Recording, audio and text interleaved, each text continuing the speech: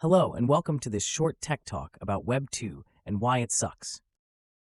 Most people don't know that the internet they use today is based on Web 2 architecture. Their data and applications are centrally hosted in big data centers owned and operated by a few really big companies.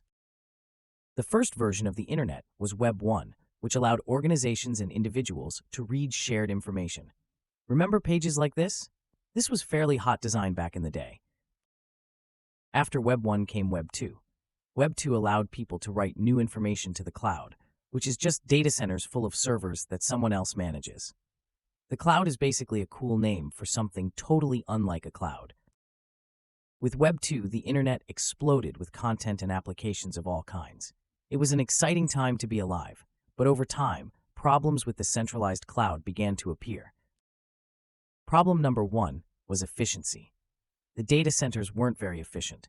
They were designed to handle peak loads, but during downtimes they kept right on consuming energy and resources. The second problem was scale.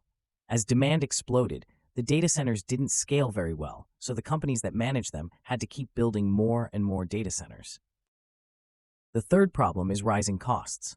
The high costs of running all the data centers gets passed on to customers in the form of higher prices and hidden fees. The fourth problem is compliance. Hosted data in the Web 2 model is ultimately controlled by the host, creating a conflict with data privacy policies. The fifth problem is security.